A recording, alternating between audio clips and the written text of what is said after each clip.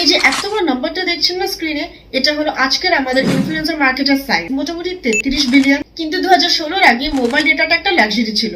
সবাই 234 টাকা ভরতো 1 জিবি ডেটার জন্য। ইয়াং ছেলেমেয়েদের জন্য ইনফ্লুয়েন্সার মার্কেটিংটা একটা স্বপ্ন ছিল। তারপর জিও এলো। হ্যাঁ, জিও ইম্পসিবলটাকে আই এম পসিবল করে দেখালো।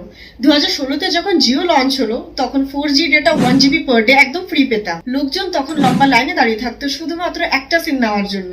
ইনফ্যাক্ট এটা শুধু ডেটার বিষয় না, Jio most affordable 4G touchscreen ফোনও লঞ্চ করেছিল। যদিও 4G ইন্ডিয়াতে অনেক বছর আগে লঞ্চ হয়েছিল, এটা লিমিটেড ছিল কিছু মেট্রো সিটিজ অব্দি।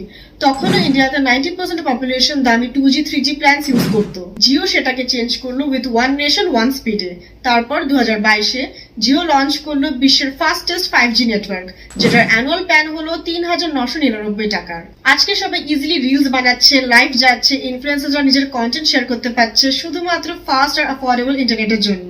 জিও আজকে ক্রিয়েটার্সদের জন্য রাস্তা খুলে দিয়েছে, অ্যাক্সেস দিয়েছে global multi billion dollar influencer মার্কেটের। Thanks to Jio.